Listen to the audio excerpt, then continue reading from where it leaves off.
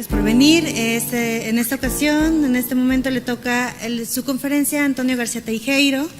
Voy a hablar un poco sobre su trayectoria. Antonio colaboró en las páginas literarias y pedagógicas de los periódicos y revistas más prestigiosas de Galicia y de España, y durante 8 años dirigió una prestigiosa colección literaria para jóvenes. Ganó el premio Merlín en 1996 con su libro Na Fogueira, 2 versos, libro que entró en la lista de honor de IBI en el 98, y con él ganó el premio Pier Paolo Bergeiro de la Universidad de Padua, considerado uno de los más prestigiosos galardones literarios de Europa. Su libro Versos de Agua, en gallego, Carabín Carabón, fue elegido entre los 100 del siglo XX. En 2017 ganó el premio de poesía infantil Luna de Aire, convocado por la CEPLI, Universidad de Castilla-La Mancha, con el libro Estelas de Versos, escrito con el escritor Rafael Cruz Contarín. Este año, Antonio recibió un premio muy importante, el galardón Premio Nacional de Literatura Infantil y Juvenil en su edición 2017, gracias a Poemar o Mar, un libro de poemas que forma parte de una trilogía compuesta, además por En la cuna del mar y Palabras do Mar, y que ilustra Xan López Domínguez. ¿Listo? Pues los dejo con el gran Antonio García Teijeiro. Lo ponemos arriba, lo van a manejar, ya lo tenemos. Pero yo... ¿Tú lo quieres sacar? Lo necesitaba aquí, para ir pasando. Ok, dame un segundo. Sí, bueno, en primer lugar, muy buenos días, un placer enorme estar aquí, porque realmente estoy prendado del pueblo mexicano. No es decirlo por decir, yo siempre fui muy pro-mexicano en todos los aspectos, pero estos días que llevo aquí han sido verdaderamente impresionantes. Ese carácter afable, ese cariño, ese afecto, lo llevo muy dentro y así me lo llevaré a Galicia, que es el lugar en donde yo vivo y donde yo soy. Hoy os vengo a convencer, pero yo creo que ya estáis convencidos, os vengo a convencer de la importancia de la poesía en las aulas, la importancia de la poesía cerca de nuestros alumnos y nuestras alumnas, para que sean unos seres mucho más formados, mucho más sensibles, mucho más reflexivos y que al mismo tiempo disfruten de la palabra poética, que es uno de los dones más grandes que nosotros poseemos. Estoy esperando el PowerPoint que me va a ayudar, pero mientras voy a aprovechar para empezar, no estaba previsto, pero yo os voy a decir... Sí.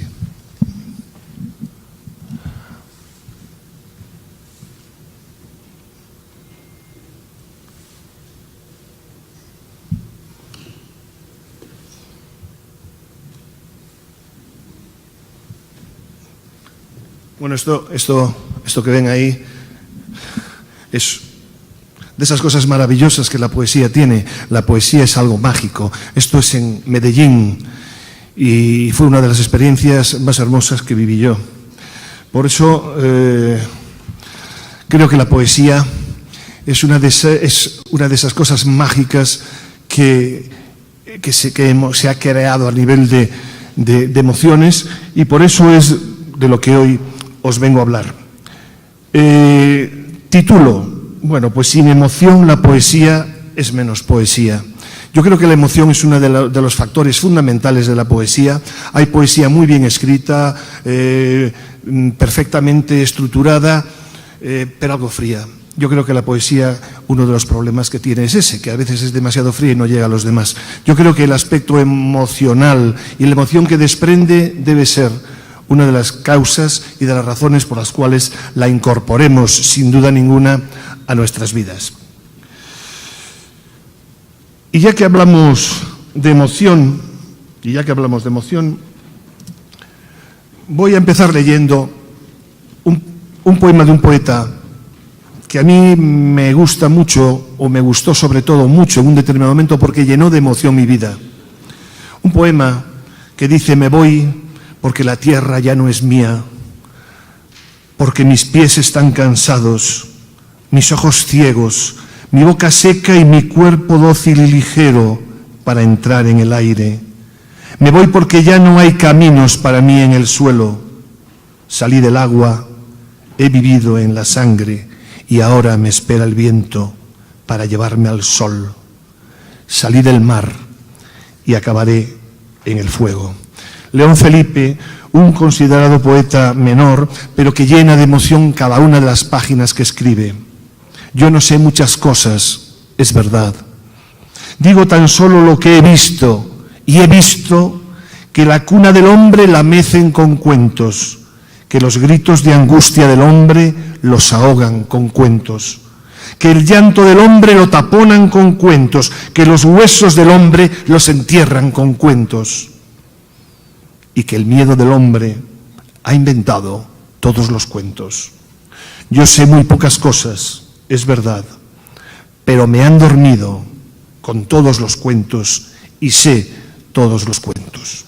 Cuando yo escuché esta canción en la voz de Paco Ibáñez y después descubrí a León Felipe, me di cuenta que la poesía es emoción, ayudó a cambiar mi vida. Y eso de alguna manera es lo que yo voy transmitiendo a lo largo de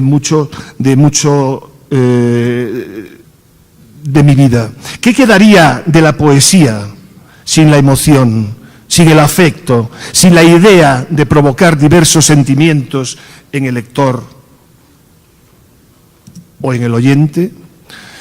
Pues quedaría algo frío, unas palabras que forman versos pero que no sacuden el corazón de quien los lee o escucha. Algo extraño, algo ajeno, algo prescindible. La poesía bien entendida es un género literario que nos permite, desde un punto de vista personal, sugerir, transmitir, evocar, recordar, descubrir, conocerse y tantos verbos, de una intimidad tal que podríamos seguir conjugándolos. Verbos que nos ponen a flor de piel sentimientos, inquietudes, sensaciones, pero sensaciones guardadas o escondidas en nuestro interior que a veces desconocemos. Sueños, miedos, ilusiones, argumentos varios y emociones sin un tiempo y lugar definidos. Eso dice Pedro Cerrillo y yo lo mantengo. Y no puede ser así, no podemos vivir de espaldas a la poesía. La emoción debe envolver todo texto poético, sea cual sea el tema que aborde.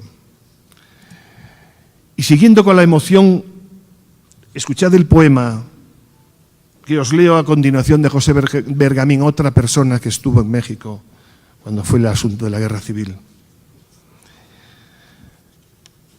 Voy huyendo de mi voz, huyendo de mi silencio, huyendo de las palabras vacías con que tropiezo.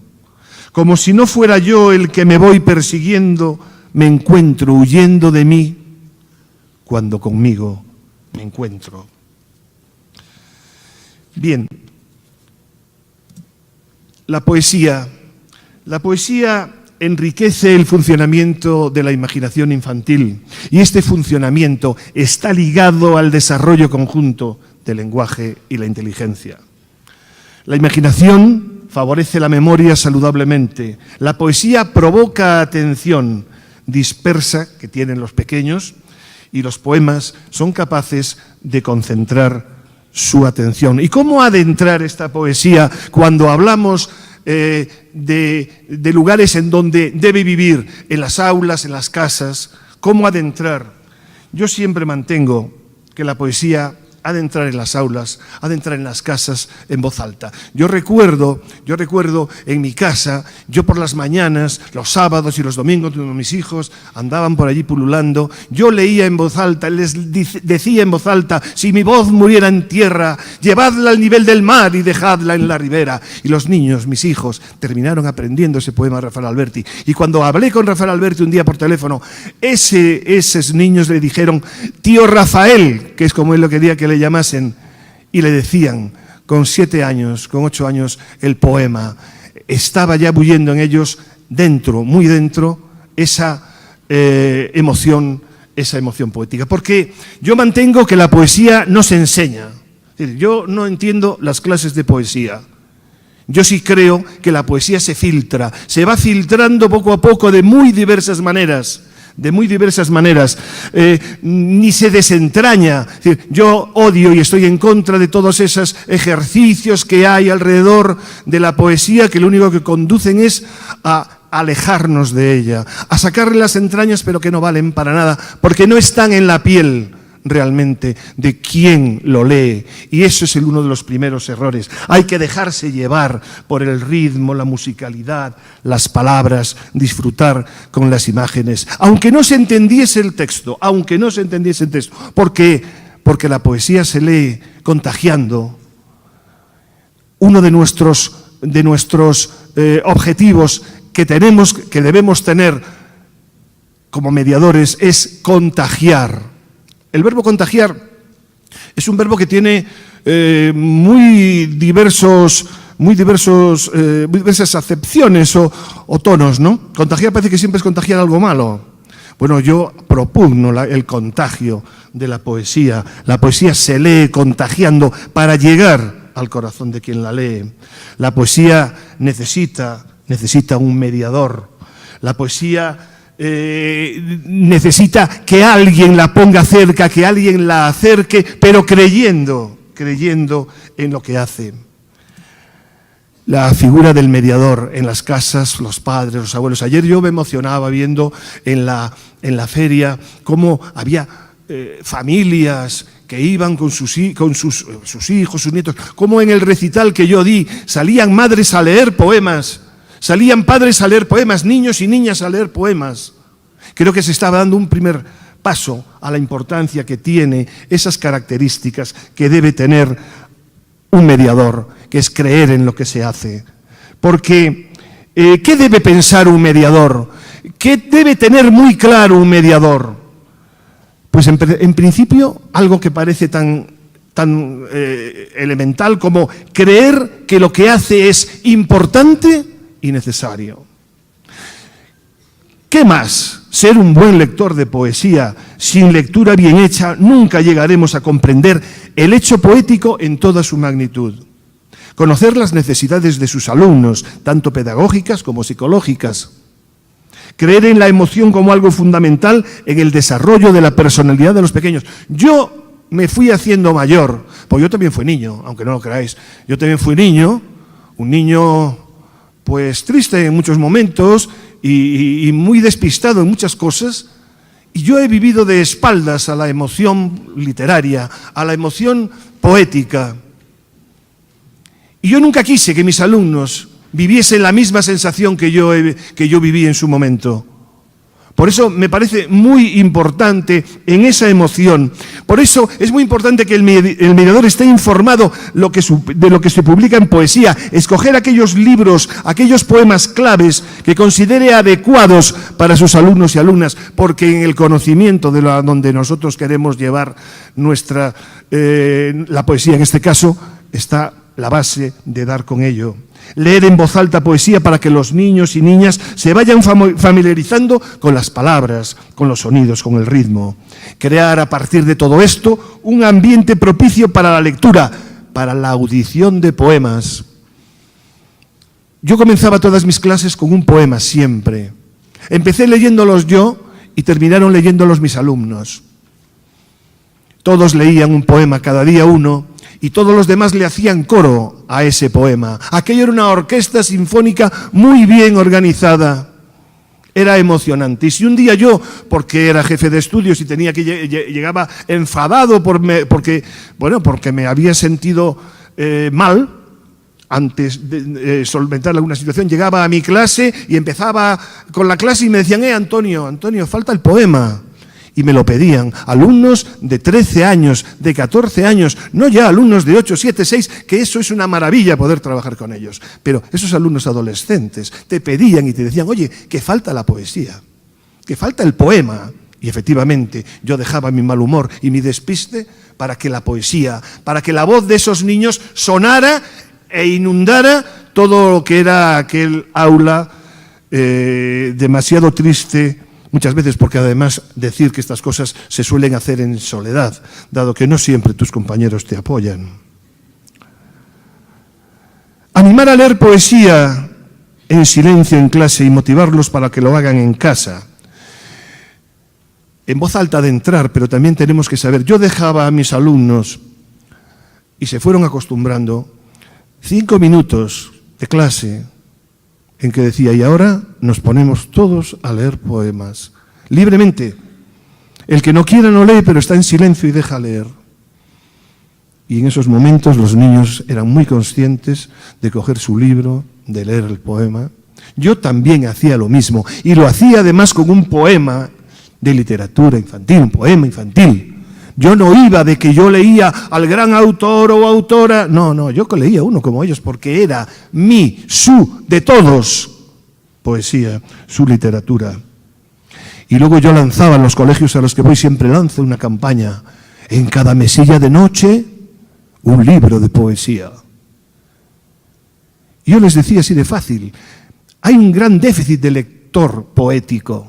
Si ponemos un libro de poesía en una mesilla de noche y solo leéis un poema cada día, que además no hay por qué empezar por el principio, por el final y por el medio, cada uno elige donde quiera, un poema en el libro de poesía en esa mesilla de noche, lees uno. Al final del año leíste 365 poemas. Ya no digo que alguno se emocione y lea 2. Nos vamos a los 500. Más alguno que se lea en clase y al final terminan leyendo 800 poemas. Cosa que en mi vida, que cuando yo era niño y cuando no tan niño, eso era totalmente impensable. Es tan sencillo como eso. Bueno, pues yo siempre lo dejo ahí como algo que me parece importante. Es importante también para el mediador que lo vean leer poemas, e incluso poemas dedicados a los niños. Que lo vean leer. Porque una de las cosas fundamentales, como todos sabéis, una de las cosas fundamentales está en la imitación. Y se pueden decir muchas cosas, pero si después tú no das ejemplo, no le puedes decir a un niño, saca los pies de encima de la mesa cuando los tienes tú. No le puedes decir a un niño que lea poemas si tú no lees. Es tu obligación. Averiguar qué poetas podemos despertar con ellos el interés poético y conjugar los verbos contagiar, seducir, con una actitud afectiva y llena de creatividad. Así que el mediador ha de tener en cuenta, ha de emocionarse. Esto es un poco el resumen, ha de emocionarse para emocionar. Esto yo lo considero muy importante. Porque si nosotros llegamos a clase y decimos, bueno, voy a leer un poema, y empiezas a leer el poema, Pedro Pérez, Pinto, te confundes incluso, estamos perdidos. Si tú no crees en lo que haces, si no te emocionas, no emocionas. Ahí está el contagio y la seducción de la que yo vengo hablando. Entonces, no vale para nada, sinceramente, ¿por qué nos vamos a engañar? Es como si le decimos, vamos a hacer el ejercicio 3 de la página 27. Es exactamente igual, no vale absolutamente para nada. Así que ha de emocionarse para emocionar. Ha de sumergirse en ese poema para sumergir. Ha de estar convencido de lo que hace para convencer. Y seducido para seducir. Y contagiado para contagiar. Dice José Antonio Franco en su libro A Poesía como Estrategia que el mediador debe presentar adecuadamente la poesía y debemos tener un cuidado muy especial al hacerlo. No debemos mitificar el texto poético ni a los autores. No debemos levantar muros de incomprensiones y dificultades. El poema parte de la propia vida y a partir de ahí tenemos que entenderlo. Yo cuando llego a este punto siempre leo un pequeño cuento de un autor español que se llama Víctor González. Un cuento que dice El mendigo poeta. Y dice así: el mendigo poeta era muy pobre. Aunque lo llamaban así, no era poeta, tan solo se alimentaba de versos. Vivía de la limosna, pero no pedía dinero ni comida, sino poemas. Cuando le daban uno, se iba muy contento y se lo comía. Después solía volver a pedir más. Con un romance se alimentaba varios días. Con un soneto, una semana. Con un haiku, un mes. Este es el mendigo poeta. Bien, yo me he encontrado, en España la verdad que se trabaja muy poco la poesía en las aulas. Es una lucha que yo llevo desde hace muchísimos años y ya no sé si soy un loco, un ingenuo o un poeta mendigo. Ya no estoy seguro. De lo que sí estoy seguro es que hay una serie hay un cierto itinerario que yo me he ido inventando a lo largo del tiempo para, partiendo de cero, acercar la poesía a los niños. Hay maestros que me preguntaban: Antonio, ¿cómo puedo empezar? ¿Desde dónde parto yo? Porque claro, se supone en principio que la poesía debe partir desde la casa. Todos sabemos que la poesía es el primer género que hay en casa, ¿verdad? Que se puede dar. Bueno, pues efectivamente yo me fui inventando un itinerario gradual para que realmente, bueno, pues los maestros y maestras que se acercan a mis cursos o a mis charlas, pues tengan una idea por dónde empezar si no lo tienen claro. Por supuesto que esto no es palabra de fe, ni es un dogma, ni muchísimo menos. Es una manera más, es una experiencia que yo he ido viviendo y que la fui llevando adelante, que me ha ido muy bien, porque siempre he tenido que luchar en solitario en las aulas. Porque yo daba clase en un colegio de un barrio marginal de la ciudad de Vigo, en Galicia. Porque yo no daba clase en un colegio de élite. Porque yo tenía que sacar mucho de donde casi no había, o que sí había, pero que no se había conseguido sacar nada. Y yo me enfrentaba a estos retos, porque yo siempre fui una persona que se enfrentó a los retos. Bien, entonces yo me fui inventando esto, lo que fui haciendo, y a partir de ahí lo fui sistematizando. Entonces, digamos que esta podría ser una planificación para aquel que no sepa cómo empezar. El primer paso, sin duda ninguna, es la poesía popular, la poesía de tradición oral. Es esa poesía de todos, esa poesía que posee un carácter lúdico, mágico, surrealista, rítmico, fresco, lleno de vida, que nace del pueblo, se propaga como el agua del río, como la lluvia del campo. Y ahí entran las canciones de corro, las nanas, las adivinanzas, las mentiras, etcétera, etcétera. Pedro Pérez Pinto, pintor preciosista, pinta preciosos paisajes para personas pudientes por poco precio. Un trabalenguas. Mirando se corre por el campo, corriendo por el campo, todos van mirando, que en el campo se vive corriendo y mirando. Enrique pique, que pique, pique, repite y repite, Enrique pique, repique, repique el pique de Enrique. Bien, con todas estas cosas entra el carácter lúdico. Los niños disfrutan, los niños juegan, los niños van aprendiendo la fuerza que tiene, la frescura que tiene y las estructuras que tienen. Las estructuras, a partir de esas estructuras se conocen muchísimo más. Yo creo, sinceramente, que la poesía popular es el primer paso. Ahí podemos empezar a jugar con los niños, a saltar, a cantar con ellos, a que hagan palmas, a que repitan palabras, a que usen onomatopeyas. Me parece fundamental. Yo creo que incluso todos los escritores que escribimos poesía para los niños, vamos a decir así, para los niños entre comillas, todos nos vimos influidos por la poesía popular. Y luego vamos buscando nuestro camino, pero siempre a partir de la poesía popular. Yo, desde luego, muy claro. Eso sería para mí el primer paso. El segundo, evidentemente, es conocer y leer. Porque un mediador que no lea no es mediador. Poetas que escriben para los niños Y conocer a esos hombres y mujeres que escriben para ellos, leer sus libros, adivinar cómo quieren a esos niños, porque no se puede ser un buen escritor de literatura infantil y juvenil si no se quiere a los niños. Acercárselos a ellos y hacerles ver que nadie escribe poesía para los pequeños si no hay ese afecto por ellos. Es una impostura, sinceramente, y a mí no me gustan. Otra vez aparece, si os dais cuenta, el elemento afectivo. Y yo no soy ajeno a que algunos confundan cuando escriben poesía infantil con infantilizar al lector. Todo lo contrario, eso es uno de los problemas más graves, porque para los niños no es cierto que valga todo. Para los niños no vale todo como para los adultos no vale todo. Y ese desconocimiento se convierte en menosprecio. Y a mí eso nunca me puede entrar en la cabeza. Así que hablo de personas que a mí me interesan y me gustan mucho, como Juan Carlos Martín Ramos, como Carmen Gil, Raúl Vacas, María José Ferradas, María Elena Walsh, tanta gente buena que escribe desde el conocimiento y el cariño. Por ejemplo, este precioso poema de María Elena Walsh.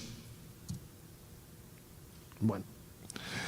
¿Quién pinta la flor con rocío y el cielo con tinta? ¿A quién se le pierde encima del árbol su pintura verde? ¿Quién mueve la cola del viento y la de la nieve? ¿Quién marcha con gorro de nube, con capa de escarcha? Y esto podemos hacer de ello un elemento afectivo, un afecto total. Esas palabras que preguntan, esas imágenes bien construidas. Maravilloso. Por ejemplo, Juan Carlos Martín Ramos escribe este poema, ya no para niños tan pequeños, pero aquí es que las edades son todo muy relativo. He soñado un nuevo mar que une todas las orillas, que no pregunta al borrarla si la huella es tuya o mía. Un nuevo mar transparente que se calma si lo miras, con un puerto para el viento y barcos a la deriva. Un mar que sacia la sed, que si te pierdes te guía. A quien lo cruza le esperan como una buena noticia. Y luego hay poetas clásicos que pueden entender los niños perfectamente y que van a seguir enriqueciendo su bagaje. Poetas clásicos que pueden leer y disfrutar los niños. Poetas, yo me circunscribo un poco al mundo de la poesía en español, pero yo soy un amante de poetas verdaderamente grandes latinoamericanos. Entre ellos los mexicanos Jaime Sabines y Juan Roth, son gente que me interesa, pero independientemente, poetas de Uruguay, de Argentina, de muchísimo. Bien, Miguel Hernández, por ejemplo, escribió muchos poemas, y Miguel Hernández escribió este poema que os quiero leer, un clásico, un poeta clásico que puede entender los niños. Sobre el cuerpo de la luna nadie pone su calor. Frente a frente, sol y luna, entre la luna y el sol, que se buscan y no se hallan, tú y yo. Pero por fin se hallarán, nos hallaremos, amor, y el mundo será redondo hacia nuestro corazón. O este de Rafael Alberti, juguetón, agua, ¿dónde vas? Riendo voy por el río a las orillas del mar. Mar, ¿a dónde vas? Río arriba voy buscando fuente donde descansar. Chopo, ¿y tú qué harás? No quiero decirte nada, yo temblar. ¿Qué deseo? ¿Qué no deseo por el río y por la mar? 4 pájaros sin rumbo en el alto chopo están. Y la música, ¡ay la música! ¡Ay la música! A mí la música me cambió. Los Beatles me empujaron a rebelarme contra un mundo oscuro y gris en el que yo vivía. Bob Dylan me ayudó a comprender que había poesía detrás de la música.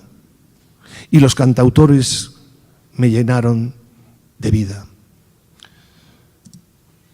Pero hay antes unas canciones infantiles que debemos conocer.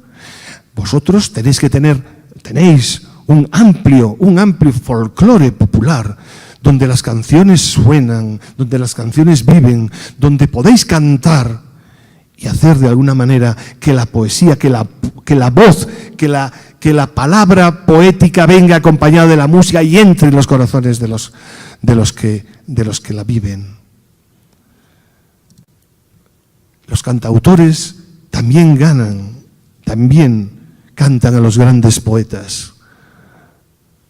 Caminante, no hay camino, se hace camino al andar.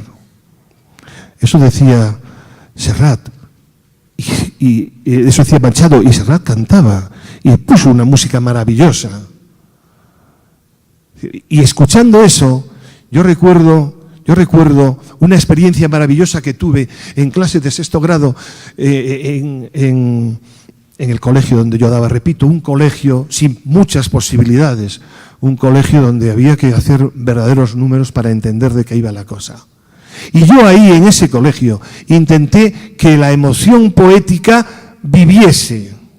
Y recuerdo la canción Cantares de Juan Manuel Serrat y cantando los niños la canción: caminante, no hay camino, se hace camino al andar, golpe a golpe, verso a verso, golpe a golpe. Y yo les había contado la historia de Machado y habíamos leído sus poemas y habíamos escuchado a Joan Manuel Serrat y cantando. Y cuando estaban cantando, una niña delante de mí, con 10 años, le caían las lágrimas porque había hecho suyo el poema, la canción, el autor.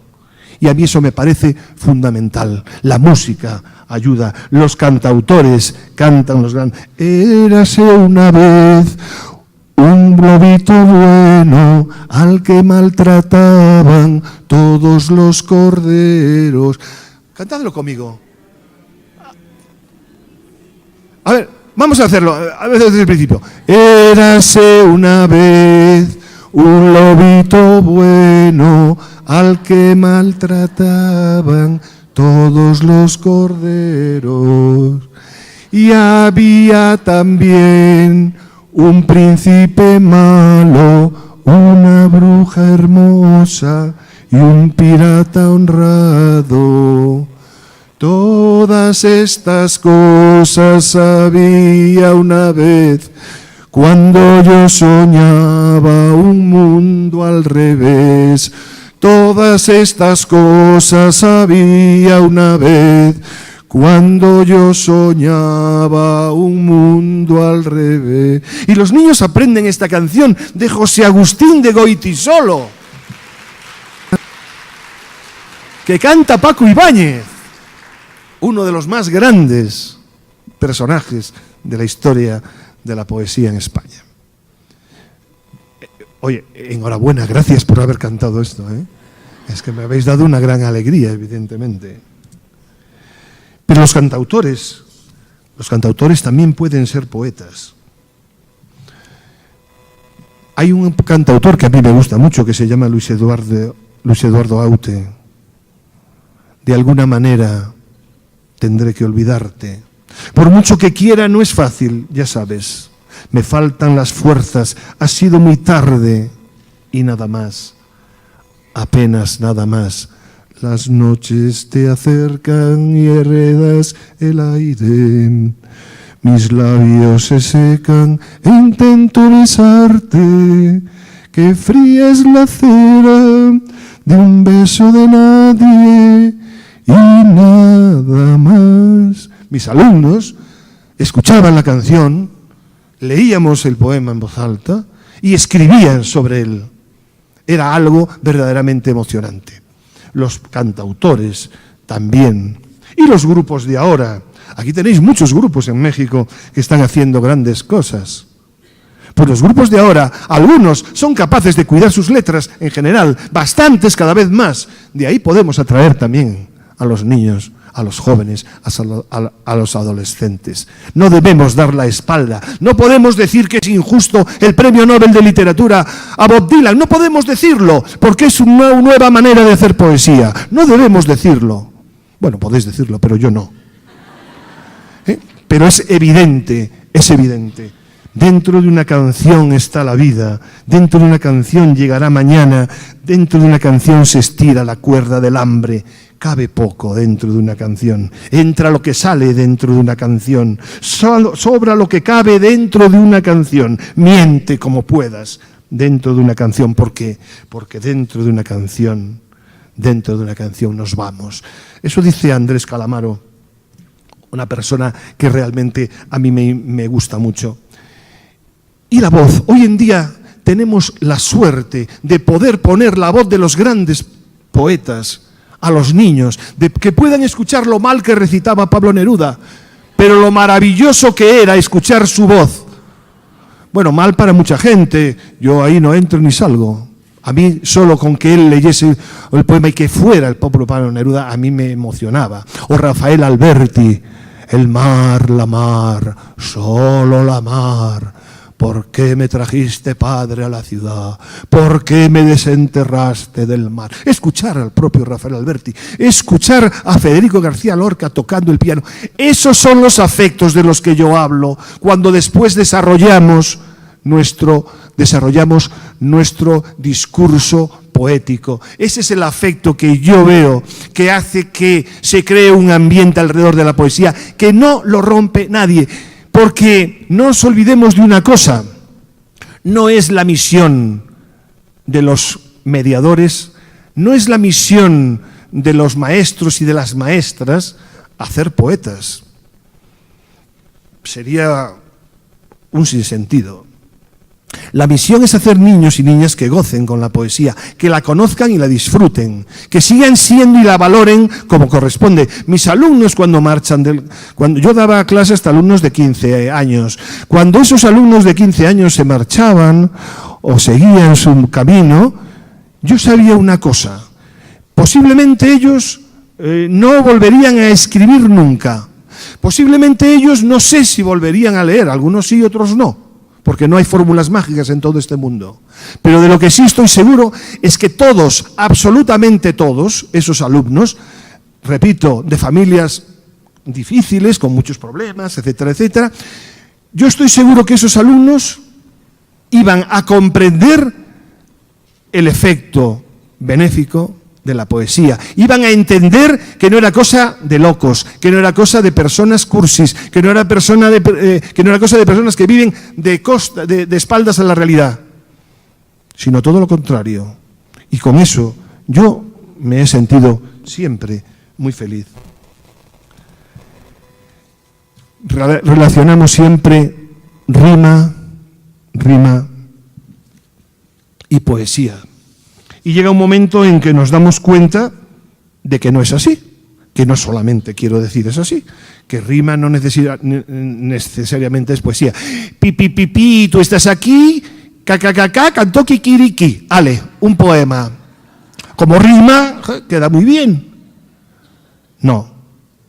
Pero la rima no siempre, es muy agradecida, sobre todo en las primeras edades y siempre, pero también hay ese espíritu poético dentro de la poesía sin rima, evidentemente. Y ahí, un ejemplo, os voy a poner a leer dos ejemplos que han gustado muchísimo y que yo os los traigo aquí. Niños de 12 años que entendieron perfectamente de qué van estas cosas. A veces hay ciudades de cartón que habitan pequeños niños de papel. Los niños pequeños de papel estudian en escuelas de amargo chocolate y duermen en camas azul cielo. Verdes y violetas también. Y por cada lección que estudian comen un trozo de la escuela de chocolate de papel de la ciudad de cartón. Es un poema de Fran Alonso, un compañero poeta y amigo. O este de Raúl Vacas. La tarde está descafeinadamente triste, sin apenas lumbre ni barniz.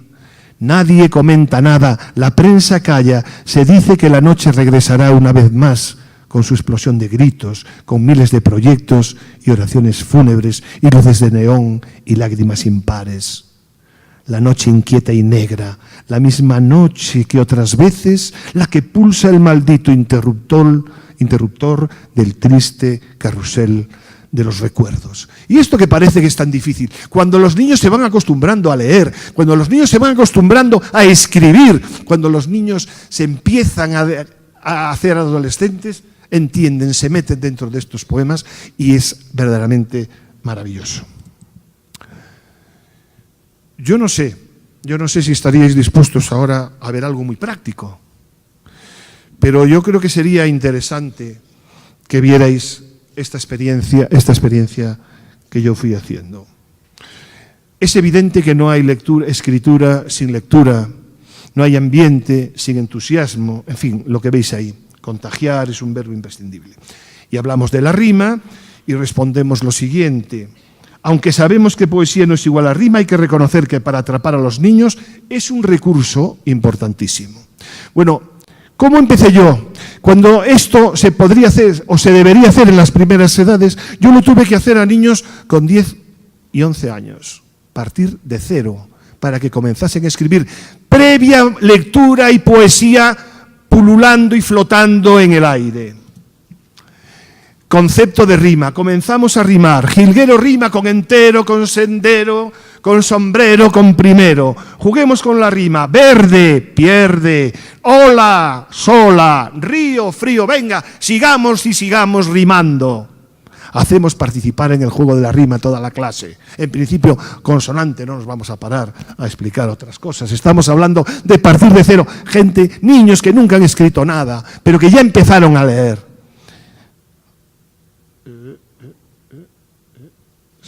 Se me fue. Eso es. Bien.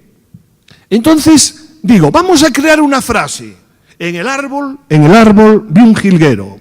Vamos a inventar otra frase, y hablamos de frase, con un trino muy ligero. Los unimos. En el árbol vi un jilguero con un trino muy ligero. Pareado. Tenemos un pareado, ya no son frases, son versos. Primera estrofa. Y podemos ampliar el poema, ese pareado a 3. En el árbol vi un jilguero con un trino muy ligero que alegraba al mundo entero. Bueno, ya tenemos un pequeño poema de 3 versos. Cambiemos la estrofa, hagamos que el primero y el tercero rimen y el segundo quede suelto. Eliminemos uno. En el árbol vi un jilguero muy travieso y cantarín que alegraba al mundo entero. Vale, otra manera. Vamos a hacer muchos de estos. Vamos a seguir leyendo. Robemos palabras a los escritores. Convirtámonos en ladrones de verso blanco. Conocida la rima, avanzamos en la creación de la estrofa de 4 versos. Vamos a dar un paso más adelante. Vamos a rimar el primero con el tercero y el segundo con el cuarto. Les damos un primer verso. Escribo en el cuaderno. A ver, ¿qué podemos escribir en el cuaderno? Mentiras y paisajes. Y con un verso eterno te lleno de mensajes. Esto hizo una niña de 11 años, que no había escrito en su vida y que había empezado a leer poesía unos meses antes. Las animamos a que busquen ellos 4 versos. Ellos son los que tienen que buscar. Y aquí veis 2 ejemplos. Cuando busco tus ojos en el agua del río, echo pétalos rojos en un día sombrío. O sueño con nubes de muchos colores, sueño que subes por todas las flores. Y cuando hacen esto, quedan contentos, felices. No son poetas, están amando la poesía. Se están acercando a esa magia poética. Y yo también soy feliz. El próximo poema ha de tener 2 versos sueltos, el primero y el tercero. Le decimos sueltos. No le damos ninguna clase de estrofas, no le damos ninguna clase de imágenes. Le decimos simplemente, mira, estos 2 versos no deben rimar. Que rimen solamente el segundo y el cuarto, el primero y el tercero, según como nosotros queramos. Bailando con las nubes, soñando con el sol, viviendo con el viento, muriendo por tu amor. Esto lo hicieron en lo que yo llamo un poema conjunto. Y ya empiezan ahí los amores, empezáis ya a entender los amores, porque en principio ellos relacionan poesía con amor. Partimos, como se ve, de gerundios con los que empiezan los versos. No les hablamos de paralelismos ni de anáforas, pero aparecen. Verónica escribe un mapa de sorpresas, un mapa soñador, un mapa iluminado por los rayos del sol. Damos pasos más adelante. Nos atrevemos con estrofas de 5 versos, de 6. Cirano escribió: el monte dormido no puede soñar, está dolorido, no va a despertar. ¡Ay, monte empinado, qué susto me has dado! Y así continuamos y continuamos. Nos convertimos, como decía antes, en ladronzuelos de verso blanco. Robemos estructuras. A ver, vamos a ver, cuando nosotros estamos mostrando poesía, leyendo poesía, estamos mostrando estructuras. Las estructuras que utiliza Lorca, las que utiliza Rafael Alberti, las que utiliza cualquiera de ellos. Robémoslas e intentemos imitar, porque estamos formando. No van a publicar, se están formando. ¿Y qué mejor manera que la lectura y el fijarse en esas estructuras? Robemos palabras, porque bien es cierto y sabemos que el léxico de nuestros alumnos en general es pobre.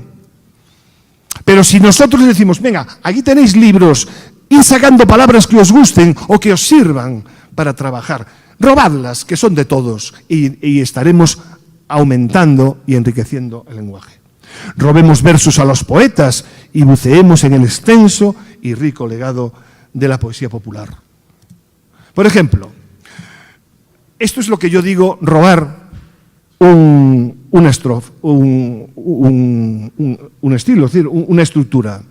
Juan Cruz Higueravide escribe: quieta, quieta, una sombra, duerme mi gata en la alfombra, quieto, quieto, un ladronzuelo, duerme mi perro en el suelo, quieta, quieta, en pijama, duerme la luna en mi cama. Este es el poema, lo leemos, lo decimos, no lo explicamos, lo gozamos, lo hacemos nuestro. Otra de las claves que a mí me parece fundamental: hay que hacer los poemas de uno. Porque, como sabéis, la poesía no es de quien la escribe, ¿verdad? Sabéis que es de quien la necesita. Bueno, pues en el taller de creación se realizó el siguiente poema conjunto entre todos. Yo me puse en un encerado y empezaron a decir cosas, que es muy bonito eso, que podéis hacer y que yo os animo a que hagáis ese poema conjunto. Entonces van diciendo cosas y vosotros vais oyendo lo que más os va gustando y lo vais llevando, ¿no? Pues fijaos la relación entre las dos estrofas. Alta, alta, una torre, alrededor ella corre. Alto, alto desde el cielo, cae la cometa hasta el suelo. Alta, alta una estrella, baila contenta, qué bella. Bien, robar aquí es aprender. Aquí no nos van a meter en la cárcel por eso. Recojamos estructuras de la poesía popular y creemos nuevos poemas, las nanas, las canciones de corro, etcétera, etcétera, ¿verdad? Todo es una fuente inagotable que todos sabemos que nos lleva por muy buenos caminos. Veamos una mentira que hace que entre el aspecto lúdico y el nonsense o el surrealismo, etcétera, etcétera, ¿verdad? Pues si recogió Carmen Brayo Villasante en una dola tela catola, he visto un monte volar y una casa andar a gatas y en el fondo del mar un burro asando patatas. Bueno, pues vamos a hacer la burrada, nosotros vamos a hacer la mentira y digamos, por la calle va saltando un avión amarillo y en el cielo, entre las nubes, va volando un carretillo.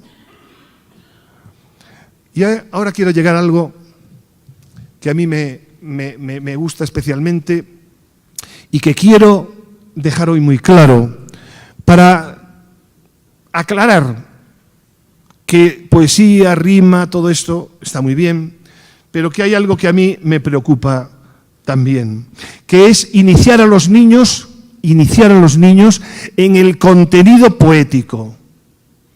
En el contenido poético. Y entonces yo siempre digo, escribimos, el río moja las piedras y va pasando, nada que sea fuera de la realidad. Aquí hay escritura, pero no hay contenido poético, en principio, estos dos versos, el río moja las piedras. Pero fijaos, cambiemos, combinemos, relacionemos, utilicemos de otra manera. Cambiemos moja por besa y pasando por cantando. Y estos dos versos, que en principio no tenían ningún contenido poético, se convierten en el río besa las piedras y va cantando. Aquí ya hay un contenido poético. Ya hemos dado un avance, ya le hemos dado un cierto contenido poético. No hay rima, pero sí hay poesía. Estamos iniciando. Y fijaos, si nosotros vamos por la calle y sabemos que va a haber, porque lleva mucho tiempo, en los tejados va a haber hierba, va a aparecer porque llueve mucho y va a ir creciendo y no se limpia, etcétera, etcétera. Decimos, cuando aparezca la hierba en el tejado.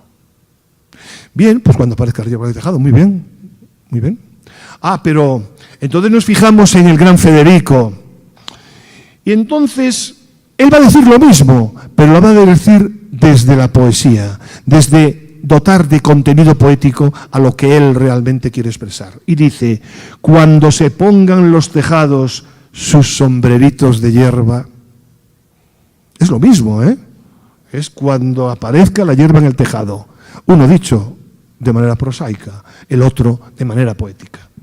Lorca nos emociona, nos hace ver el brillo de las palabras, nos muestra el camino y nos hace realidad la poesía. Y le preguntamos a un niño qué es una calle y él nos contesta, es un sitio al aire libre por donde hay aceras y pasa la gente y pasan los coches. Bien, busquemos su significado en el diccionario.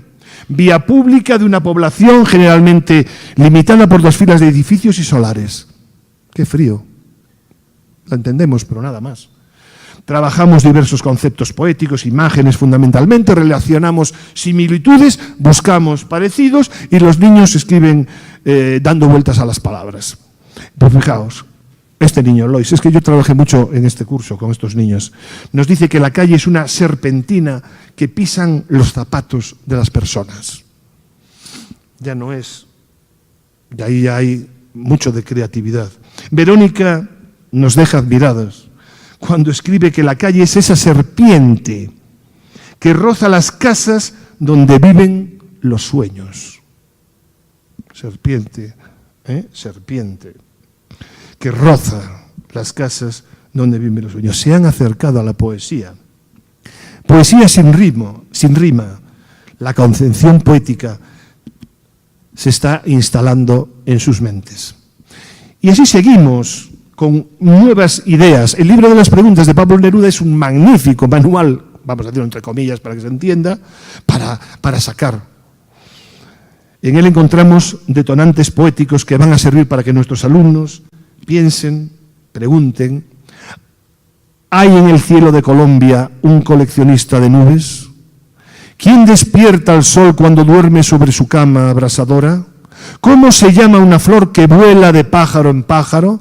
Podemos hacer preguntas, podemos hacer respuestas a estas preguntas, escribir unos versos que rimen, plantear nuevas preguntas, en fin, lo que vosotros veis ahí.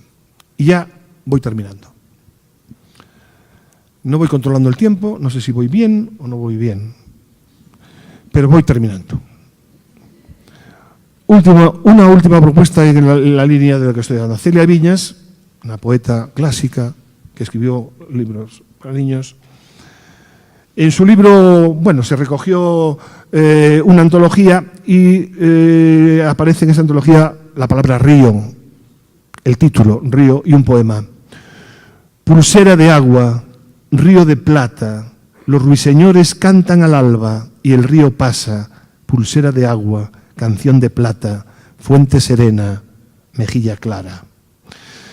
Leemos el poema completo, lo interiorizamos, lo hacemos nuestro y luego vamos a crear. ¿Y qué podemos crear? Pues hacerle propuestas de este estilo. Si el río, dice la poeta, es una pulsera de agua y es de plata, ¿qué es la fuente? E Irene dice, la fuente es un espejo gris donde te miro y es de luz. ¿Y qué son las lágrimas? Y dice Borja, las lágrimas son canciones tristes que se vuelven líquidas y son de música, dice Borja. Y Alex dice, ¿qué es la arena? La arena es suave algodón que acaricia los pies y es de nubes. Y así seguimos definiendo, buscando ese alto contenido poético que necesitamos para que entiendan realmente qué es realmente la poesía. Mirad, un barquito de papel entre libros.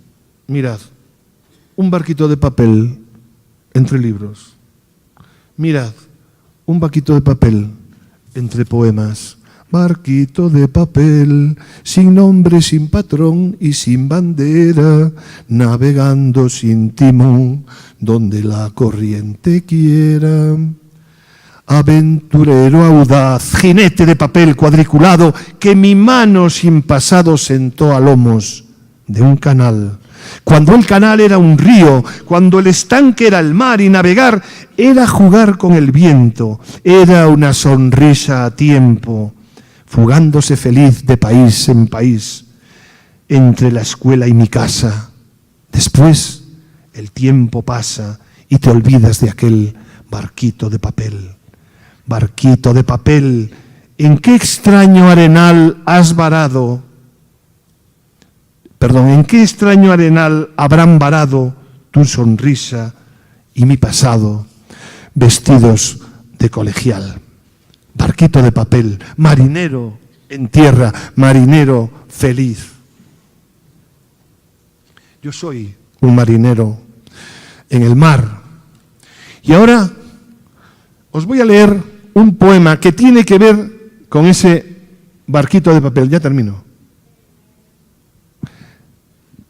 Y os lo voy a leer en gallego.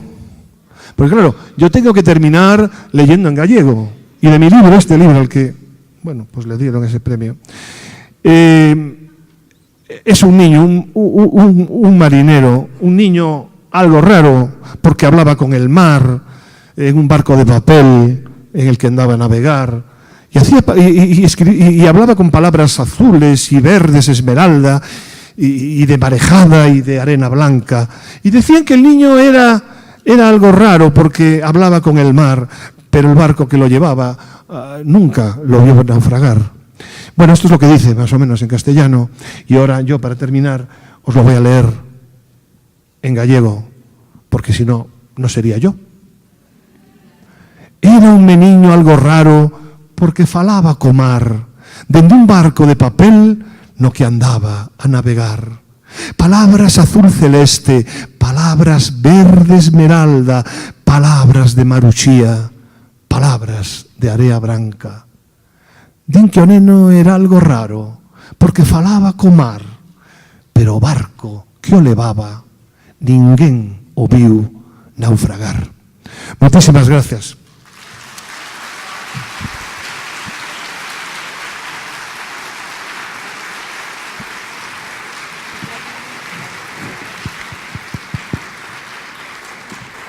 Muchas gracias, Antonio.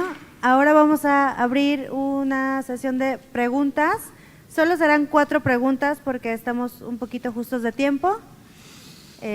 ¿Alguien tiene alguna pregunta? ¿No? Bueno, muchísimas gracias. Es un honor tenerte con nosotros en este seminario. ¿Sí hay preguntas? Perfecto.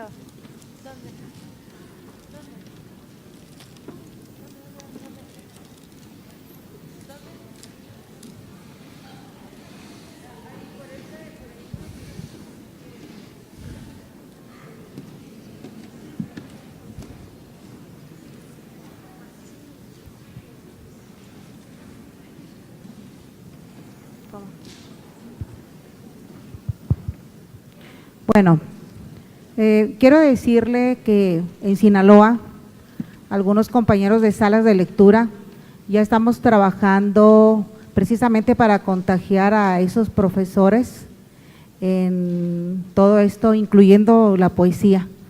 Yo no voy a hacer preguntas, pero le voy a regalar una poesía de mi libro de texto de primer año, porque era maravilloso mi libro de primer año.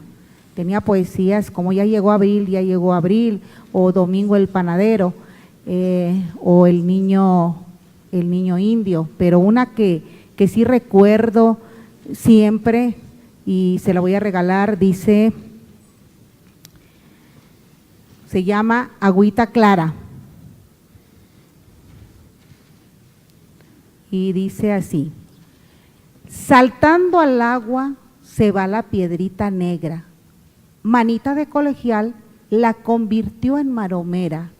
De un lado al otro del agua ve la piedrita la hierba, y al verla esbelta y pulida, le recuerda que ella es fea.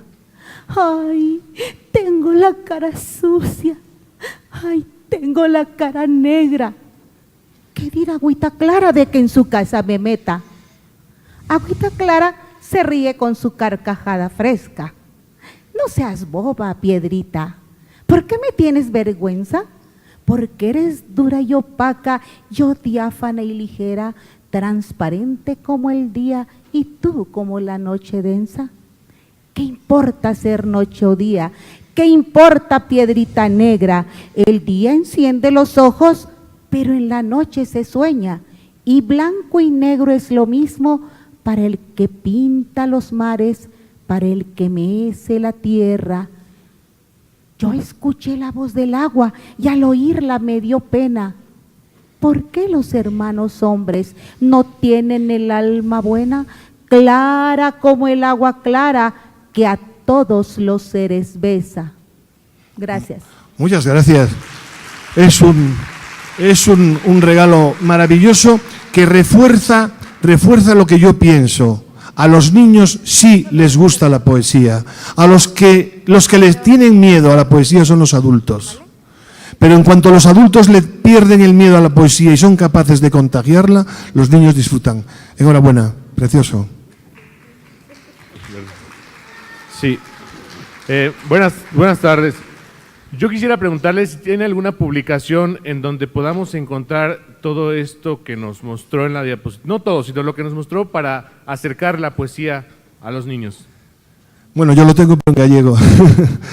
En Galicia sí, porque durante un tiempo, bueno, pues yo llevo muchísimos años haciendo cosas, reflexionando sobre esto, y en Galicia me pidieron en una ocasión que sistematizara todo eso, ¿no? Y lo he hecho con un libro que se llama A Poesía Necesaria. Está ahí todo.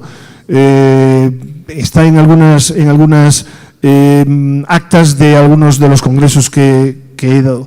Pero vamos, libro en castellano sobre eso no. Lo siento. Pero bueno, te advierto que en gallego se entiende todo, ¿eh? Se entiende absolutamente todo. Sí. Sí, buenas tardes, acá de este lado. Acá. Estás ahí. Y a propósito del marco doloroso en el que se instaura este encuentro, que es la migración, ¿cómo trabaja usted los poemas dolorosos, los poemas de miedo, los poemas de terror? Pues con la mayor naturalidad posible.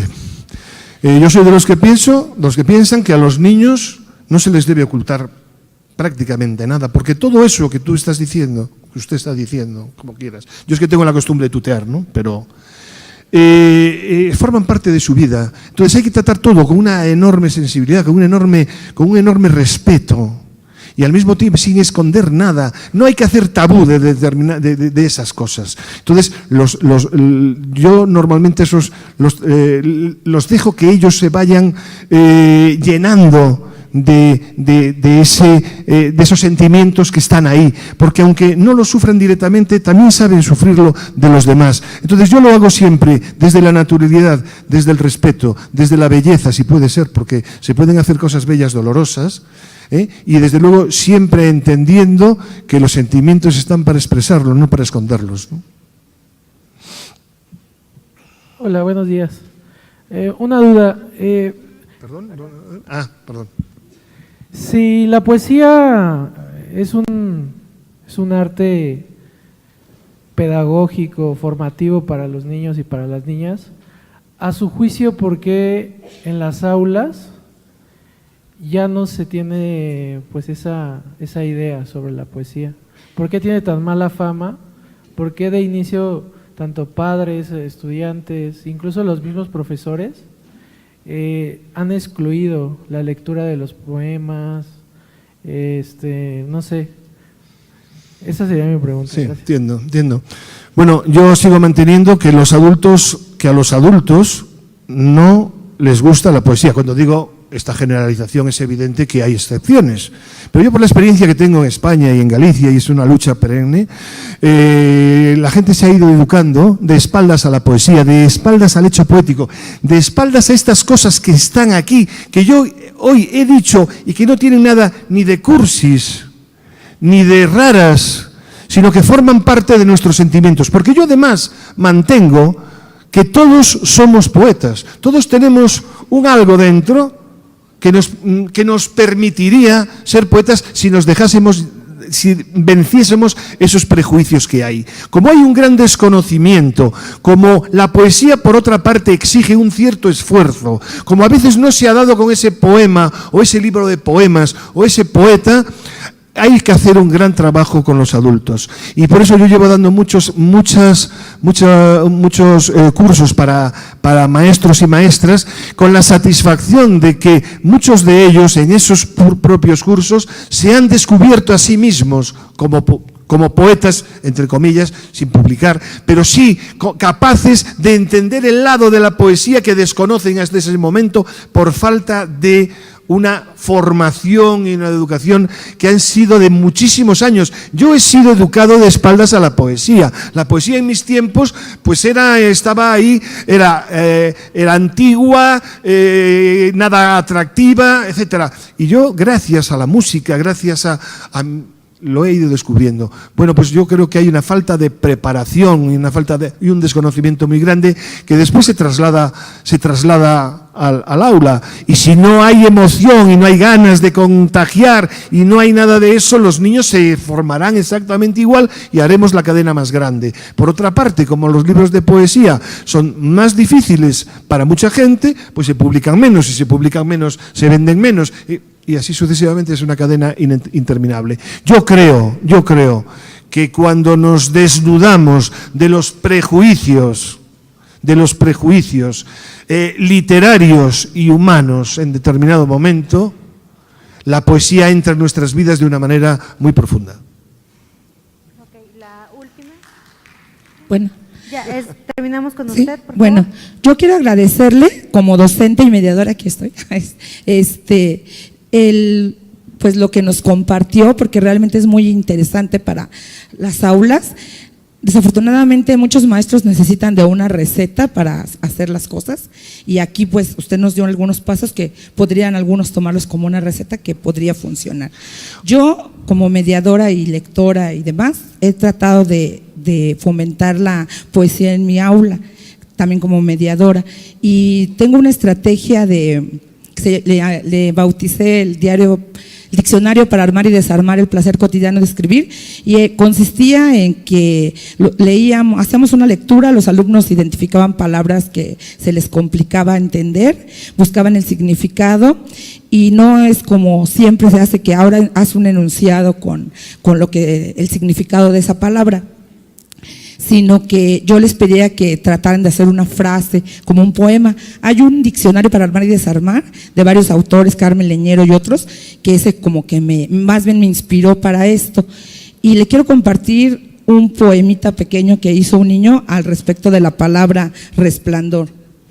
No, fluorescente, perdón, dice: al acercarte produces radiación, y del oscuro que estaba mi corazón, brilló y creció una nueva flor. Entonces realmente creo que en nuestras aulas tenemos niños poetas. Usted dijo que no había que hacer niños poetas, pero creo que se forman por sí solos, ¿no? Entonces, claro. Muchas gracias. No, muy bien. Te lo agradezco muchísimo esto que acabas de decir, porque yo intenté contagiaros, a lo mejor no fui capaz. Pero intenté contagiaros. Esa es mi pasión, porque yo soy un apasionado y digo las cosas de manera muy apasionada porque creo en ellas, ¿verdad? Porque creo en ellas.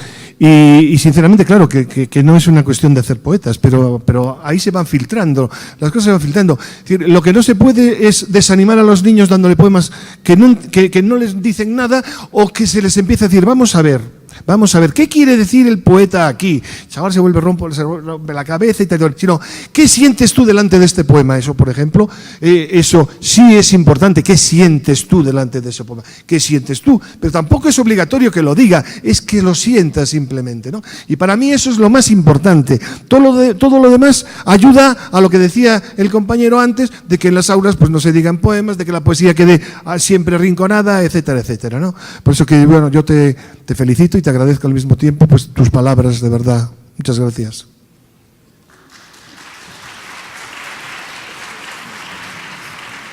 ¿Me dejas terminar solo leyendo estos libros? Bueno, de verdad que es un placer auténtico poder haber compartido, ha sido un placer enorme haber compartido con vosotros, con ustedes, esta sesión, ¿verdad? La palabra poética en voz alta, que para mí es muy importante. Solo voy a terminar yo diciendo, hay un escritor peruano que a mí me gusta mucho, se llama Julio Ramón Ribeiro, y digo se llama, aunque murió, los poetas y los escritores, perdón, que aportan nunca mueren, y dijo sobre el acto de escribir, porque es importante luego relacionar la lectura con la escritura, ¿verdad? Y entonces si los niños van leyendo y escribiendo, la cosa es maravillosa, como comentabas, ¿no? Y decía Julio Ramón Ribeiro, y con esto yo termino, ya dejo a Lluvia que diga lo que tenga que decir, decía Julio Ramón Ribeiro, comprendí entonces que escribir, más que transmitir un conocimiento, es acceder a un conocimiento. El acto de escribir nos permite aprehender una realidad que hasta el momento se nos presentaba de forma incompleta, velada, fugitiva o caótica. Muchas cosas las conocemos o las comprendemos solo cuando las escribimos. Y yo estoy totalmente de acuerdo con esto, y siempre que doy una conferencia, siempre que doy un curso, lo tengo presente para que todo el mundo sea consciente.